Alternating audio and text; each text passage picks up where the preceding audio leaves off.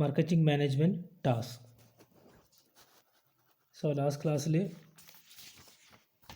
നമ്മൾ പഠിച്ചത് മാർക്കറ്റിംഗ് മാനേജ്മെൻറ്റിനെ പറ്റിയായിരുന്നു, right? Meaning of marketing management, definitions പറഞ്ഞിട്ടുണ്ടായിരുന്നു. പിന്നെ നേച്ചർ ഓഫ് മാർക്കറ്റിംഗ് മാനേജ്മെൻറ്റ്, അതായത് ക്യാരക്ടറിസ്റ്റിക്സ് ഓഫ് മാർക്കറ്റിംഗ് മാനേജ്മെൻറ്റ് അല്ലെങ്കിൽ ഇമ്പോർട്ടൻസ്, അതൊക്കെയാണ് പറഞ്ഞു. സോ മാർക്കറ്റിംഗ് മാനേജ്മെൻറ്റ് ടാസ്ക് എന്തൊക്കെയാണ്? ഇതൊരു 4 എണ്ണമാണ് ലിസ്റ്റ് ചെയ്തിട്ടുള്ളൂ, പക്ഷേ ഒരുപാട് ടാസ്കുകളുണ്ട്, റൈറ്റ്? അതിൽ ഹൈലൈറ്റ് ചെയ്യപ്പെടുന്ന 4 എണ്ണം മാത്രമാണ് നമ്മളിവിടെ കൊടുത്തിട്ടുള്ളത്. Okay, right? അപ്പം എന്തൊക്കെയാണ് ബേസിക് മാർക്കറ്റിംഗ് മാനേജ്മെൻറ്റ് ടാസ്ക് എന്ന് പറയുന്നത്? ഒന്ന്, കൺവേർഷണൽ മാർക്കറ്റിംഗ്. അതെന്താണ് നോക്കാം. This task is needed when there is A negative demand. അതായത് കൺവെൻഷണൽ മാർക്കറ്റിംഗ് എന്ന് പറയുന്ന ഈ ഒരു കൺസെപ്റ്റിന് എപ്പോഴാണ് കൂടുതൽ പ്രാധാന്യം ഉണ്ടാകുന്നത് എന്ന് വെച്ച് കഴിഞ്ഞാൽ, ഒരു പർട്ടിക്കുലർ പ്രൊഡക്റ്റിന് നെഗറ്റീവ് ഡിമാൻഡ് ഉണ്ടാകുമ്പോഴാണ്. ഓക്കെ, സോ നെഗറ്റീവ് ഡിമാൻഡ് എപ്പോഴാണ് വരുന്നത്? Probably majority of the consumers ഒരു പ്രൊഡക്റ്റ് അല്ലെങ്കിൽ സർവീസിന് എന്ത് ചെയ്യാണ്, ഇഷ്ടപ്പെടാതിരിക്കുമ്പോഴാണ്, അല്ലെങ്കിൽ അവർക്ക് അതിന് താല്പര്യമില്ലാതിരിക്കുമ്പോഴാണ് സ്വാഭാവികമായിട്ട് എന്ത് ചെയ്യുക, ഡിമാൻഡ് ഡൗൺ ആവുന്നത്, അല്ലെങ്കിൽ നെഗറ്റീവ് ഡിമാൻഡ് ഉണ്ടാകുന്നത്.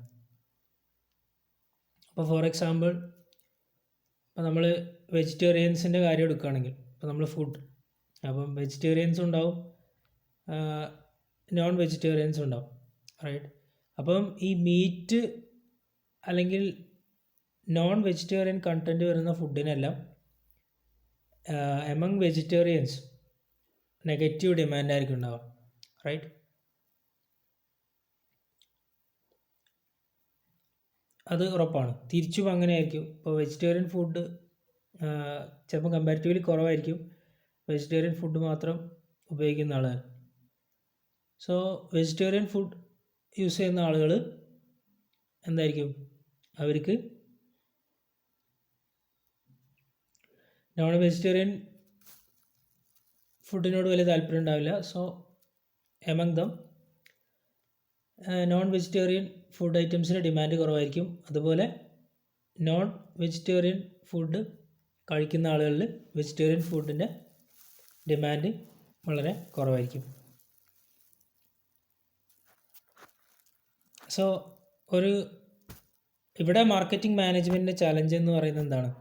ഒരു പ്ലാൻ അല്ലെങ്കിൽ ഒരു സ്ട്രാറ്റജി കൊണ്ടുവരാം, ഈ നെഗറ്റീവ് ഡിമാൻഡിനെ എങ്ങനെ പോസിറ്റീവ് ഡിമാൻഡിലോട്ട് കൊണ്ടുവരാമെന്നുള്ളത്. ഓക്കെ, സോ അതാണ് കൺവെർഷണൽ മാർക്കറ്റിംഗ് എന്ന് പറയുന്നത്, അല്ലെങ്കിൽ അതിൻ്റെ ബേസിക് എന്ന് പറയുന്നത്. ഒരു നെഗറ്റീവ് ഡിമാൻഡുള്ള ഒരു പ്രൊഡക്റ്റിനെ നമുക്ക് എങ്ങനെ അതിനെ പോസിറ്റീവ് ഡിമാൻഡിലോട്ട് കൊണ്ടുവരാം, അതിനനുസരിച്ച് ഏറ്റവും അനുയോജ്യമായിട്ടുള്ള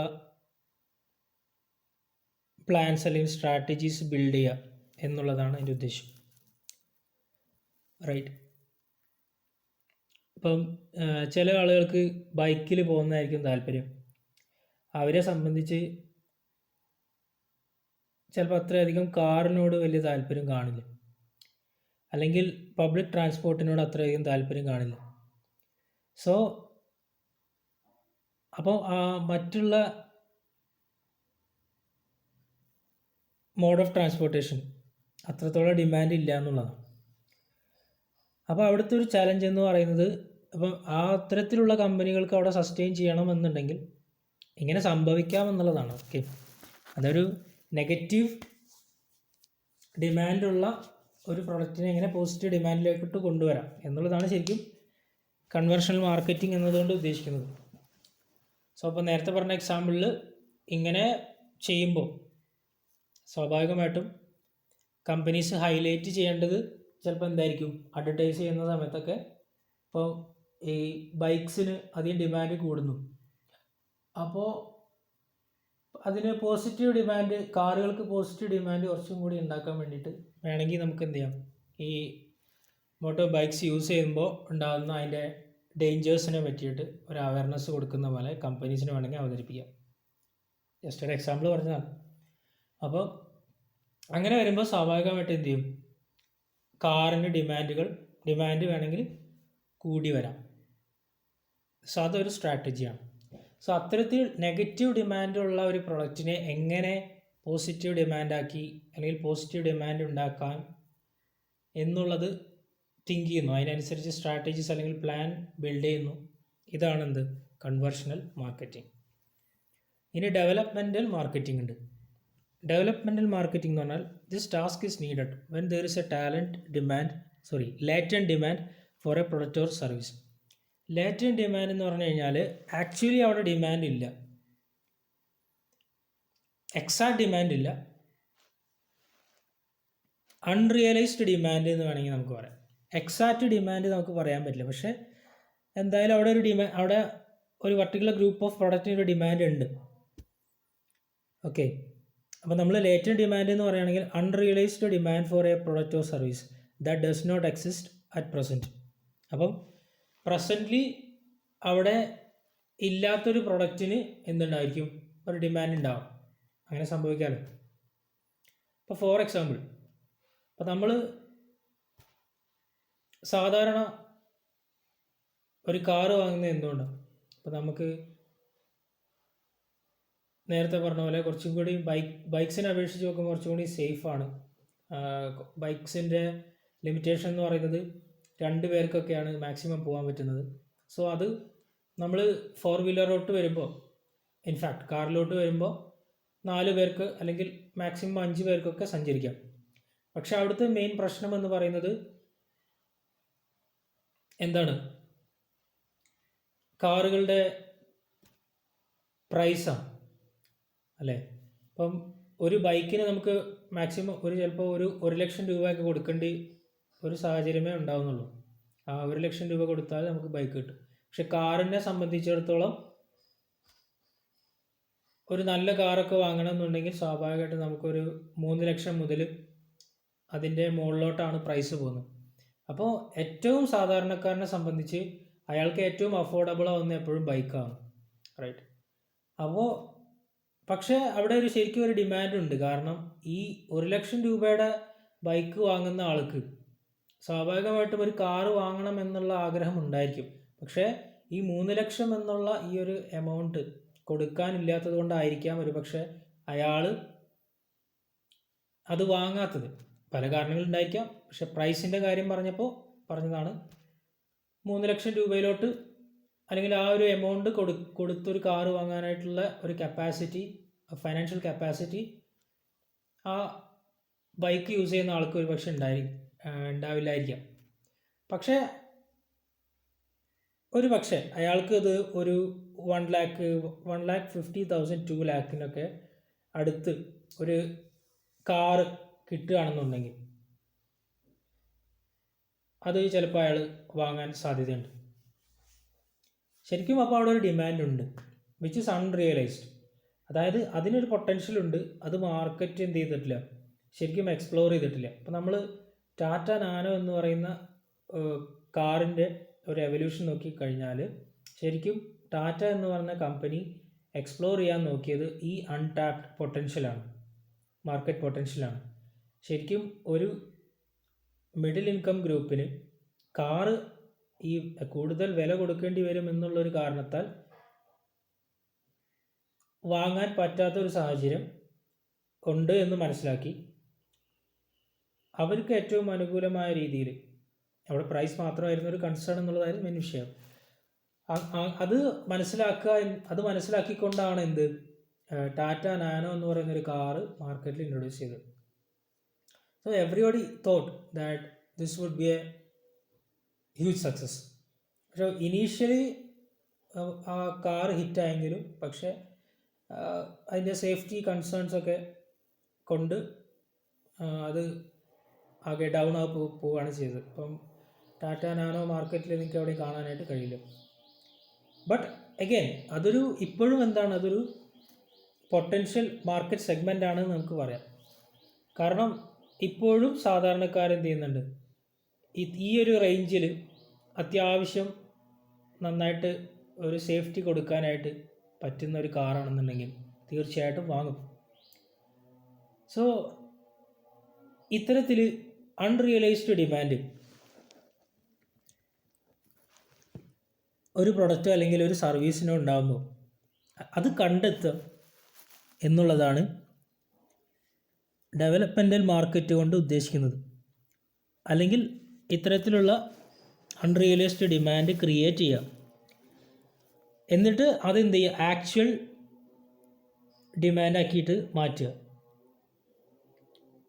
ഇത് ഓൾറെഡി ഉണ്ടായിരിക്കും, ഇങ്ങനെ ഒരു ഡിമാൻഡ് ഉണ്ടായിരിക്കും, അത് മനസ്സിലാക്കിക്കൊണ്ട് എന്ത് ചെയ്യുക, അതിനെ ഒരു ആക്ച്വൽ ഡിമാൻഡാക്കി മാറ്റാനുള്ള ഒരു ശ്രമം നടത്തുക. ഇതാണ് നമ്മൾ ഡെവലപ്മെൻ്റൽ മാർക്കറ്റിംഗ് എന്നതുകൊണ്ട് ഉദ്ദേശിക്കുന്നത്. സോ സിംപ്ലി ഡെവലപ്മെൻ്റൽ മാർക്കറ്റിംഗ് എന്ന് പറഞ്ഞാൽ it's a task of developing latent demand for a product or service in to its actual demand. Okay, അടുത്തത് റീമാർക്കറ്റിംഗ് ആണ്. Sometimes a demand for a product or service will be falling or faltering. Remarketing നമ്മൾ എന്ന് പറയുന്ന concept വരുന്നത് ഒരു അത്യാവശ്യം ഡിമാൻഡുള്ള ഒരു product അല്ലെങ്കിൽ ഒരു സർവീസ്, അതിൻ്റെ ഡിമാൻഡ് ഗ്രാജുവലായിട്ട് കുറയുന്നു. അപ്പോൾ അതിലൊരു പ്രശ്നമുണ്ടെന്ന് വെച്ച് കഴിഞ്ഞാൽ എന്താണെന്ന് നോക്കിക്കഴിഞ്ഞാൽ നമുക്ക് മനസ്സിലാവും. ഫാൾട്ടറിങ് ഡിമാൻഡ് അല്ലെങ്കിൽ ഫാളിങ് ഡിമാൻഡ് എന്ന് പറയുന്നത് demand for a product or service is less than it use to be and further decline in demand is expected. നമ്മൾ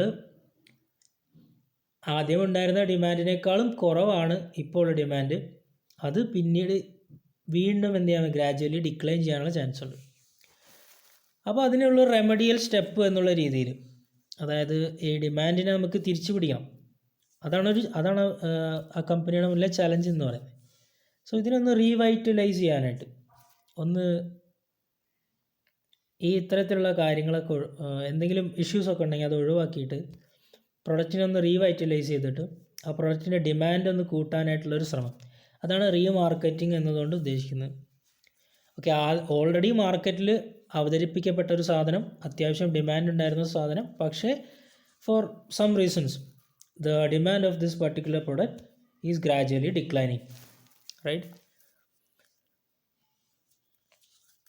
സോ അത്തരത്തിൽ വരുമ്പോഴാണ് നമ്മൾ എന്ത് ചെയ്യേണ്ടത്, വീണ്ടും ഇതൊന്ന് നന്നായിട്ട് മാർക്കറ്റ് ചെയ്തുകൊണ്ട് നമ്മുടെ മാർക്കറ്റിൽ ഇൻട്രൊഡ്യൂസ് ചെയ്യേണ്ട ഒരു സാഹചര്യം ഉണ്ടെന്ന് മനസ്സിലാക്കുന്നത്. ഓക്കെ, സോ നമുക്ക് നോക്കുകയാണെങ്കിൽ ഇപ്പോൾ നമ്മൾ ട്രഡീഷണൽ ഫുഡ്സിൻ്റെ ഒക്കെ കാര്യം പറയുകയാണെങ്കിൽ നമ്മൾ ഏറ്റവും കൂടുതൽ ഫാസ്റ്റ് ഫുഡ് അതിനാണ് എന്ത് ചെയ്യുന്നുണ്ട് അധികം ഡിമാൻഡുകൾ ഉള്ളത്, അല്ലെങ്കിൽ പ്രോസസ്ഡ് ഫുഡിനാണ് ഏറ്റവും കൂടുതൽ ഡിമാൻഡുകൾ ഉള്ളത്. പിന്നെ അതുപോലെ ഇപ്പോൾ ഹൈടെക് പ്രോഡക്ട്സിൻ്റെ ഒക്കെ കേസ് നോക്കുകയാണെങ്കിൽ സാധാരണ നമുക്കറിയാം കുറേ അധികം ട്രഡീഷണൽ പ്രൊഡക്ട്സിന് എന്തുണ്ട് ഡിമാൻഡ് വളരെ കുറഞ്ഞു പോകുന്നുണ്ട്. ഇപ്പോൾ ഈ ഫുഡിൻ്റെ കാര്യം പറയുകയാണെങ്കിൽ ഇപ്പോൾ സാധാരണ ട്രഡീഷണൽ ഫുഡ് കൊടുക്കുന്ന ആളുകൾ ഇപ്പം ഈ പ്രോസസ്ഡ് ഫുഡ് അല്ലെങ്കിൽ ഫാസ്റ്റ് ഫുഡിന് കൂടുതലധികം ഡിമാൻഡുകൾ അല്ലെങ്കിൽ ഡിമാൻഡ് കൂടുന്നു എന്നുള്ളത് കണ്ടു കഴിഞ്ഞാൽ എന്താണ് അതിൻ്റെ അർത്ഥം, ട്രഡീഷണൽ ഫുഡിന് ഡിമാൻഡ് കുറയുന്നു എന്നുള്ളതാണ്. സോ അവരെന്ത് ചെയ്യണം, they have to find new propositions, right. അപ്പോൾ അവർക്ക് ഇത് എങ്ങനെ മാർക്കറ്റിൽ കുറച്ചുകൂടി പുതുതായിട്ട് അവതരിപ്പിക്കാം എന്നുള്ളതാണ്. ഇപ്പം നേരത്തെ പറഞ്ഞ പോലെ തന്നെ അവർക്ക് എന്ത് ചെയ്യാം, ഹൈലൈറ്റ് ചെയ്യാം എന്തൊക്കെ ട്രഡീഷണൽ ഫുഡ്സിൻ്റെ മേന്മകൾ എന്തൊക്കെയാണ് എന്നുള്ള രീതിയിൽ അത് ഹൈലൈറ്റ് ചെയ്യാം. അതായത് ഇതൊന്ന് തിരിച്ചു പിടിക്കാനുള്ള ഒരു ശ്രമം. സോ അത്തരത്തിൽ a task of revitalizing the falling or faltering demand for a product or service by taking remedial measures is known as remarketing. അതായത് ഒരു പ്രൊഡക്റ്റിൻ്റെ അത്യാവശ്യം ഡിമാൻഡ് ഉണ്ടായിരുന്ന ഒരു പ്രൊഡക്റ്റ് അതിൻ്റെ ഡിമാൻഡ് ഡിക്ലൈൻ ചെയ്യുന്നു. സോ അത് മനസ്സിലാക്കിക്കൊണ്ട് അതിന് റെമഡിയൽ മെഷേഴ്സ് എടുക്കുന്നു. എന്ന് പറഞ്ഞാൽ എന്താണ് ഇതിൻ്റെ പ്രശ്നം എന്ന് മനസ്സിലാക്കിക്കൊണ്ട് ആ ഡിമാൻഡ് കൂട്ടാനായിട്ട് അല്ലെങ്കിൽ തിരിച്ചു പിടിക്കാനായിട്ട് ഒന്നുകൂടി നന്നായിട്ട് പ്രൊഡക്റ്റിനെ റീവൈറ്റലൈസ് ചെയ്തുകൊണ്ട് അല്ലെങ്കിൽ ചെറിയ മോഡിഫിക്കേഷൻസ് ഒക്കെ നടത്തിക്കൊണ്ട് വീണ്ടും മാർക്കറ്റ് ചെയ്യുക എന്നുള്ളതാണ് എന്താണ് റീമാർക്കറ്റിംഗ് കൊണ്ട് ഉദ്ദേശിക്കുന്നത്. ഇപ്പോൾ പല കമ്പനീസും ഇത്തരം മാർഗങ്ങൾ അവലംബിക്കുന്നതായിട്ട് നമുക്ക് കാണാം. ഇപ്പോൾ ഫോർ എക്സാമ്പിൾ നോക്കിയ പ്രൊഡക്ട്സ് ഒക്കെ നോക്കി കഴിഞ്ഞാൽ കുറച്ച് വർഷങ്ങൾക്ക് മുന്നേ നോക്കിയ എന്ന് പറയുന്നത് വളരെ പോപ്പുലർ ബ്രാൻഡായിരുന്നു. ബട്ട് ലേറ്റർ നമുക്കറിയാം ആൻഡ്രോയിഡ് ഓപ്പറേറ്റിംഗ് സിസ്റ്റത്തിൻ്റെ വരവോട് കൂടിയിട്ട് the Nokia products they were completely vanished from the market. So പക്ഷേ ലേറ്റർ ഇപ്പോൾ ഒരു 2-3 വർഷം മുമ്പ് അവർ എന്ത് ചെയ്യുന്നുണ്ടായിരുന്നു, കുറച്ച് സ്മാർട്ട് ഫോൺസുമായിട്ട് വന്നിട്ടുണ്ടായിരുന്നു. ബട്ട് എനിവേ ആ ഒരു അറ്റംപ്റ്റ് വലിയ രീതിയിലൊന്നും വർക്കായിട്ടില്ല. Still Nokia is in the market. നമുക്ക് പറയാം Nokia products, Nokia smart phones are there in the market. So ഇതൊരു റീമാർക്കറ്റിങ്ങിൻ്റെ ചെറിയൊരു എക്സാമ്പിളാണ്. അവർക്കൊരു ഡിമാൻഡ് ഉണ്ടായിരുന്നു, ബട്ട് പിന്നീട് എന്ത് ചെയ്തു, കംപ്ലീറ്റ് ആയിട്ട് ഡിമാൻഡ് ഡിക്ലൈൻ ചെയ്തു പോയി. അപ്പോൾ പ്രൊഡക്റ്റ് ഒന്ന് റീവൈറ്റലൈസ് ചെയ്തുകൊണ്ട് അവരുടെ പഴയ ഓപ്പറേറ്റിംഗ് സിസ്റ്റം ഒന്ന് ചേഞ്ച് ചെയ്തുകൊണ്ട് പല ചേഞ്ചസ് വരുത്തിക്കൊണ്ട് പുതിയ രീതിയിൽ അവതരിപ്പിക്കാനുള്ള ശ്രമം നടത്തി. So this is called remarketing. Okay, ഇനി maintenance marketing. Sometimes there is full demand for a product or service. Full demand exists when the current level of demand for a product or service is equal to desired level. Here the task of marketing management is to monitor the demand level continuously and maintain it. Maintenance marketing എന്ന് പറഞ്ഞാൽ ആ പേരിൽ തന്നെ ഉണ്ട്. അതായത് ഉള്ള market demand എങ്ങനെ maintain ചെയ്ത് കൊണ്ടുപോകാം എന്നുള്ളതിനെ പറ്റിയിട്ട് സ്ട്രാറ്റജൈസ് ചെയ്യുക എന്നുള്ളതാണ് മെയിൻ്റെനൻസ് മാർക്കറ്റിംഗ് കൊണ്ട് ഉദ്ദേശിക്കുന്നത്. ഓക്കെ, ഇപ്പോൾ പറഞ്ഞ പോലെ പ്രൊഡക്റ്റ് ഓർ സർവീസ് അതിനെന്തുണ്ടായിരിക്കും, ചിലപ്പോൾ നല്ല ഫുൾ ഡിമാൻഡ് ആയിരിക്കും. അപ്പോൾ അതായത് കസ്റ്റമേഴ്സിൻ്റെ ഡിസൈഡ് ലെവൽ ഓഫ് ഡിമാൻഡ് അത് കറണ്ട് ലെവൽ ഓഫ് ഡിമാൻഡായിട്ട് മാച്ച് ചെയ്യുമ്പോഴാണ് നമ്മൾ പറയുക ഫുൾ ഡിമാൻഡാണെന്നുള്ളത്. അതായത് ആ പ്രൊഡക്റ്റ് ആളുകൾക്ക് കിട്ടിയേ തീരും എന്നുള്ളൊരവസ്ഥയാണ്. സോ അവരെന്താണോ ആഗ്രഹിക്കുന്നത് അത് തന്നെയാണ് ആ പ്രൊഡക്റ്റ് കൊടുക്കുന്നത്. സോ ഡെഫിനറ്റ്ലി എന്താണ്, അതിനൊരു ഹൈ ഡിമാൻഡ് ഉണ്ടായിരിക്കും. അപ്പോൾ സ്വാഭാവികമായിട്ടും മാർക്കറ്റിംഗ് മാനേജ്മെൻറ്റ് ഫങ്ഷൻ എന്ന് പറയുന്നത് ഇവിടെ ഇതെങ്ങനെ മെയിൻറ്റെയിൻ ചെയ്യാം, കണ്ടിന്യൂസ്ലി മെയിൻറ്റെയിൻ ചെയ്യാം എന്നുള്ളതാണ്. സോ ഇതെങ്ങനെ ചെയ്യാൻ പറ്റും, നമുക്ക് ഒന്നാമത് ആ ട്രസ്റ്റ് നിലനിർത്തുക എന്നുള്ളതാണ് പ്രൊഡക്റ്റിന്. അതുപോലെ റൈറ്റ് പ്രൈസ്, അതുപോലെ ക്വാളിറ്റി ഒരിക്കലും കോംപ്രമൈസ് ചെയ്യാൻ പാടില്ല. പിന്നെ ഡീലേഴ്സ്, അതുപോലെ ഇതിലുള്ള സെയിൽ ഫോഴ്സ്, ഡിസ്ട്രിബ്യൂഷൻ ചാനലിൽ വർക്ക് ചെയ്യുന്ന ആളുകൾ എന്നുള്ളവർക്ക് എന്ത് ചെയ്യുക, നല്ല രീതിയിലുള്ള motivation financially as well as morally അവർക്ക് നല്ല രീതിയിലുള്ള മെൻ്റലി നല്ല രീതിയിലുള്ള മോട്ടിവേഷൻസ് കൊടുക്കുക. പിന്നെ കോസ്റ്റ് കുറച്ച് കുറയ്ക്കാനൊക്കെ ആയിട്ട് ശ്രമിക്കുക. കാരണം സോ ദാറ്റ് നമുക്ക് ഈ അൺടാപ്ഡ് ആയിട്ടുള്ള ഡിമാൻഡ് കൂടി, ഇപ്പം ഫോർ എക്സാമ്പിൾ 90% ഡിമാൻഡ് ആണെന്നുണ്ടെങ്കിൽ ഒരു 10% കൂടി നമുക്ക് വേണമെങ്കിൽ എക്സ്പ്ലോർ ചെയ്യാം. അപ്പോൾ അതും കൂടി നമുക്ക് എക്സ്പ്ലോയിറ്റ് ചെയ്യാനായിട്ട് വേണമെങ്കിൽ കുറച്ച് പ്രൈസ് റിഡക്ഷനൊക്കെ കൊടുക്കാം. സോ അത്തരത്തിൽ പല രീതിയിലുള്ള സ്ട്രാറ്റജീസ് എന്ത് ചെയ്യാം, ഫോർമുലേറ്റ് ചെയ്യുന്നു. സോ ഇതിനാണ് മെയിൻ്റെനൻസ് മാർക്കറ്റിംഗ് എന്ന് പറയുന്നത്. എന്താണ് ഉദ്ദേശം എന്ന് പറയുന്നത്, നല്ല ഡിമാൻഡുള്ള പ്രൊഡക്റ്റ് അതിനെ ഉള്ള ഡിമാൻഡ് അതുപോലെ എന്ത് ചെയ്യുക, നിലനിർത്തുക. സോ അതിന് വേണ്ടിയിട്ടുള്ള സ്ട്രാറ്റജീസ് ഫോം ചെയ്യുന്നതിനാണ് നമ്മൾ മെയിൻ്റെനൻസ് മാർക്കറ്റിംഗ് എന്ന് പറയുന്നത്. ഓക്കെ,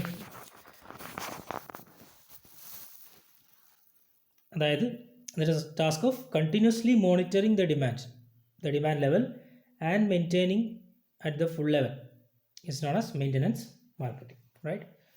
So അപ്പോൾ ഇത്രയാണ് നമ്മുടെ first ചാപ്റ്ററിലുള്ളത്.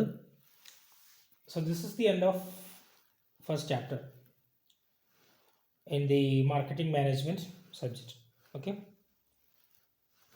so that's it for today. Thank you.